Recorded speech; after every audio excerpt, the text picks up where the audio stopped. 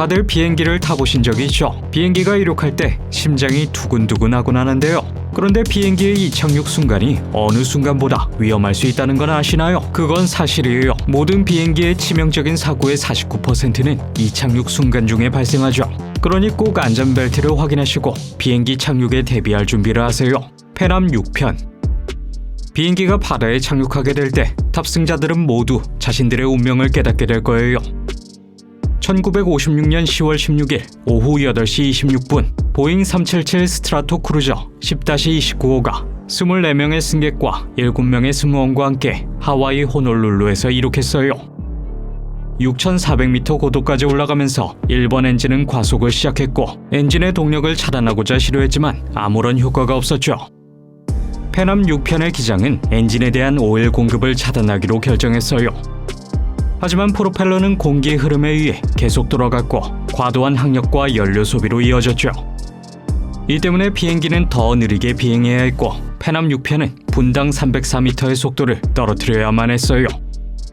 조종사들은 급강하 속도를 늦추고자 3개의 엔진을 사용하여 상승을 시도했지만 갑자기 4번 엔진이 고장나기 시작하여 풀스로틀에서 일부 출력만 발생시켰죠.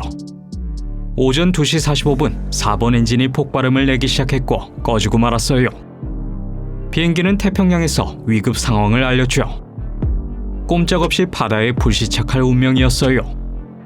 기장은 미국 해안 경비함과 연락했고 나머지 2 엔진으로 연료를 모두 사용하여 비행기를 떠오르게 하며 추락해도 불이 붙지 않도록 했어요. 그리고 마침 해가 떠올라서 조종사가 착륙 현장을 볼 수 있었죠.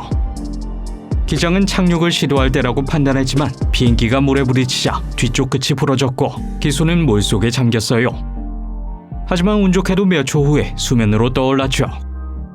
해안 경비함의 인원들은 여기서 아무도 살아남을 수 없을 거라고 생각했어요. 하지만 구조선이 접근하자 모두가 살아남은 것을 발견했죠. 여객기 위한 최초의 바다 착륙이었지만 사망자는 없었어요. 하지만 아마 이들 모두는 엄청난 공포에 사로잡혔을 거예요. 알로하 항공 243편. 1988년 4월 28일 알로하 항공 243편은 하일로 국제공항에서 오후 1시 25분에 95명의 승객과 승무원과 함께 호놀룰루로 출발했어요. 이륙은 정상적이었고 비행기는 정상 비행고도에 도달했지만 이륙 23분 후 오후 1시 48분에 루프 왼쪽의 일부분이 파열되어 기체가 좌우로 흔들리기 시작했어요. 폭발적인 감압으로 조종실 문에서 앞날개 부분까지 길이 약 5.6m의 기체 상단 부분이 찢어졌죠. 탑승한 모든 사람에게 엄청나게 무서운 경험이었을 거예요. 승무원 중 한 명인 클라레벨 랜싱은 오열 좌석 근처에 서 있었는데 휩쓸려 버렸고 발견되지 않았어요. 다행히 다른 사람들은 모두 좌석에 앉아 안전벨트를 매고 있었죠. 하지만 남은 기체마저 산산조각이 나기 전에 기체를 착륙시켜야만 했어요. 비행기 기장인 로버트 숀스트하이머가 비행기를 통제했고 13분 후 카울루이 공항에 비상 착륙했어요. 비상 슬라이드가 배치되고 승객들은 신속하게 비행기에서 빠져나왔죠. 65명이 다쳤고 8명이 중상을 입었어요. 그렇다면 비행 중에 기체가 파손된 원인은 무엇이었을까요? 이 비행기는 사고 발생 전에 35,496시간의 비행시간을 기록했는데 거기서 무려 89,680회의 이착륙을 기록했고 이는 비행기가 단거리 운항으로 주로 사용되었기 때문인데 이 과도한 이착륙 횟수가 기체에 무리를 준 것이었죠. 그런데 여기 충격적인 사실이 있어요. 게일 야마모토라는 이름의 승객은 수사관들에게 비행기에 탑승했을 때 비행기 동체에 균열이 있음을 발견했다고 말했어요. 하지만 아무에게도 말할 생각을 안 했죠. TUI 보잉 757-200 측면 착륙. 옆으로 착륙하는 비행기를 보신 적 있나요? 그건 아마 엄청나게 무서운 경험일 거예요. 난기류를 겪는 비행기에 탑승하는 건 정말 무서운 일인데요. 2018년 영국 브리스톨 공항에 착륙할 예정이었던 보잉 757호의 승객과 승무원들에게 바로 그런 일이 일어났어요. 기장 브렌다 와싱크는 심한 바람을 이겨내며 보잉 757을 착륙시키는 중대한 상황에 직면했고 일단 그녀의 기술을 믿어야 했으며 항공기의 기술을 바람으로 돌리는 크래빙이라는 기술을 사용했어요. 하지만 랜딩 기어가 활주로에 닿을 때까지 옆으로 비행해야만 했죠. 그런 다음 비행기는 활주로를 활공하기 위해 빠르게 정상으로 돌아가는 거예요. 이는 꽤 어려운 이야기로 들리며 비행기를 온전하게 착륙시키는 게 불가능해 보였는데요. 하지만 그녀는 이 어려운 기술을 성공하며 비행기를 안전하게 착륙시켰어요. 승객들에게는 잊지 못할 경험이 되었겠네요. 판타스 72편. 최근 몇 년간 자동화학, 플라이바이 와이어 기술이 화제가 되었는데요. 자동화를 반대하는 사람들에게 퀀타스 72편은 좋은 사례가 되었죠. 2008년 10월 7일 오전 9시 32분에 에어버스 A330 퀀타스 72편은 9명의 승무원과 303명의 승객과 함께 싱가포르 창이 공항에서 호주의 퍼스 공항으로 출발했어요. 항공기는 37,000피트의 고도에 도달했고 비행 3시간 8분 만에 마하 0.82의 속도로 순항하고 있었어요. 하지만 항공기의 항공 데이터 장치 아디루 중 하나가 비행 컴퓨터에 잘못된 데이터를 제공하기 시작했죠.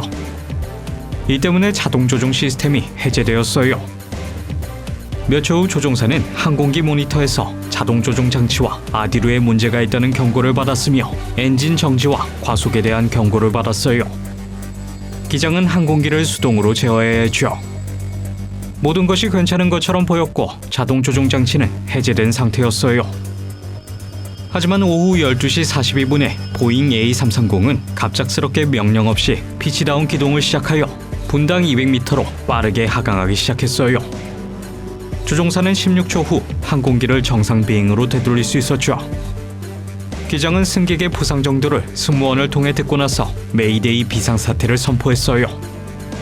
이제 이 비행기를 지상으로 안전하게 착륙시키는 것은 기장의 몫이었죠. 비행기는 비상 착륙을 실시했어요.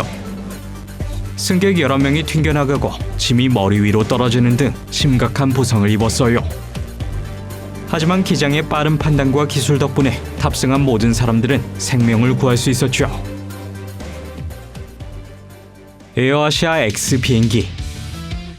롤러코스터나 오프로드 차량에서 흔들리는 것은 어느 정도 즐길 수 있지만 비행기에서 흔들리는 것은 엄청난 공포를 자아내죠. 2017년 6월 호주 퍼스에서 출발하여 말레이시아로 향한 에어아시아 X 에어버스 A330의 승객들은 인생급 비행을 경험했어요. 이륙 후 약 1시간 후 갑자기 큰 소리가 비행기 전체에서 들리며 항공기가 격렬하게 흔들렸는데요. 기체의 롤스로이스 엔진 중 하나에 문제가 있어 보였죠. 빠르게 회전하는 제트 엔진 내부의 불균형은 항공기 전체에서 느껴지는 격렬한 진동을 유발할 수 있었어요. 승객과 승무원들에겐 감사하게도 A330과 같은 트윈제트 엔진 항공기는 단 하나의 엔진으로도 안전하게 비행하고 착륙하도록 설계되었어요. 조종사는 두 엔진을 모두 잃을 수도 있다는 것을 알고 있었는데요. 기장은 비행기를 태평양에 추락시키지 않고 퍼스로 돌려보냈죠. 탑승한 승객들은 조종사가 모두에게 2번 기도하고 착륙하는 동안 안전자세를 유지하라고 말했을 때 겁이 났을 거예요. 하지만 엔진을 잃을 가능성에도 불구하고 보잉 A330은 약 2시간 후 퍼스에 안전하게 착륙했죠. 많은 사람들이 기내에서 흔들리는 비행기의 영상을 SNS에 게시했지만 다행히 아무도 다치지 않았어요. 에어로플로 투폴레프 TU-124. 1963년 8월 21일 소련 국영항공사 에어로플로 소속의 투폴레프 TU-124가 탈린 올레미스테 공항에서 승객 45명과 승무원 7명을 태우고 이륙하여 모스크바 부누코보 국제공항으로 향했는데요. 그러나 비행기가 활주로에서 이륙하자마자 기수가 접히지 않았어요. 27세의 기장 빅토르 모스토보이는 이것이 큰 문제라는 것을 깨닫고 항공기를 착륙시켜야 한다고 판단했어요. 문제는 노즈 기어가 반쯤 펴진 위치에 고정되어 움직이지 않는다는 것이었는데요. 그는 노즈 기어가 완전히 접히지 않으면 비행기를 착륙시킬 수 없다는 것을 알고 있었죠. 비행기에 탑승한 승무원은 막대기를 사용하여 기수를 제자리에 고정시키려고 했어요. 이것은 효과가 없었고 시간이 부족했죠.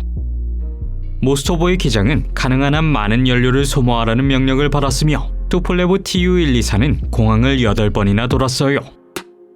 하지만 항공기의 연료 센서가 고장났고 마지막 바퀴에서 20km 만에 엔진 중 하나가 연료 고갈로 인해 불이 붙었고 나머지 엔진은 곧 정지되었죠.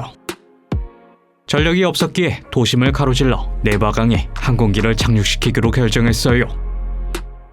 목격자들은 항공기가 불과 30m의 간격으로 볼셰친스키 다리의 높은 철 구조물 위로 비행하는 것을 보았고, 그리고는 알렉산더 네프스키 다리 위로 날아갔으며 거의 4m 높이였죠. 모스토보이 기장은 비행기를 강에 착륙시켰고 비행기가 잠기기 시작했어요. 그러나 낡은 예인선이 가까이 있었고 선장은 비행기가 강에 착륙하는 것을 보고 서둘러 도와주었어요.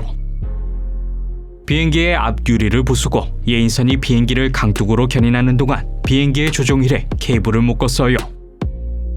견인하는 동안 모든 승객은 기내에 머물렀지만 땅에 가까워지면서 위에 있는 비행기의 출입문을 통해 모두 안전하게 탈출했죠. 나중에서야 이 비행기가 제대로 정비되지 않았음이 밝혀졌고, 비행기 셰시에서 떨어진 볼트가 나중에 활주로에서 발견되기도 했어요.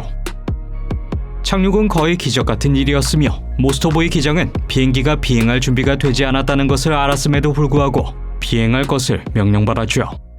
아시아나항공 214편 2013년 7월 6일 오전 아시아나항공 214편이 미국 캘리포니아 샌프란시스코 국제공항으로 향했는데요. 이 비행기에는 307명이 탑승했어요.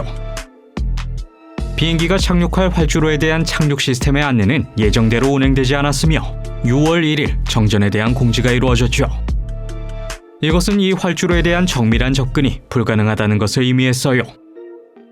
비행은 눈으로 보기에는 문제가 없어 보였고 조종사는 시속 210마일의 속도를 유지하라는 지시를 받았어요. 하지만 항공기가 바람직한 활공 경로보다 훨씬 높은 상태에서 기장은 자동 조종 모드를 선택했는데 결과적으로 자동 스로틀이 더 이상 대기 속도를 제어하지 않게 되었죠. 비행기는 원하는 활공 경로 아래로 내려갔고 조종사는 감소하는 속도를 인식하지 못했는데요. 조종사는 마지막 순간에 속도를 높이려고 했지만 비행기 접근 속도가 너무 낮고 너무 느려서 기체의 랜딩 기어와 꼬리가 방파제에 부딪히고 왼쪽 엔진과 꼬리 부분이 찢겨져 나갔어요. 비행기는 배 쪽으로 뒤집혀 활주로에 닿았다가 333도 미끄러져 첫 번째 충돌에서 2400피트 떨어진 곳에 도달해 화재가 발생했어요. 2명의 사망자가 발생했고 많은 사람들이 부상을 입었죠. 충돌의 원인은 접근을 잘못 관리하고 대기 속도를 제대로 모니터링하지 않고 자동화 시스템에 의존했던 파일럿의 실수 때문이었어요. 살아남은 사람들에게는 악몽으로 남은 끔찍한 착륙이었죠. 오늘 영상은 여기까지예요. 시청해주셔서 감사하며 다음에 또 만나요.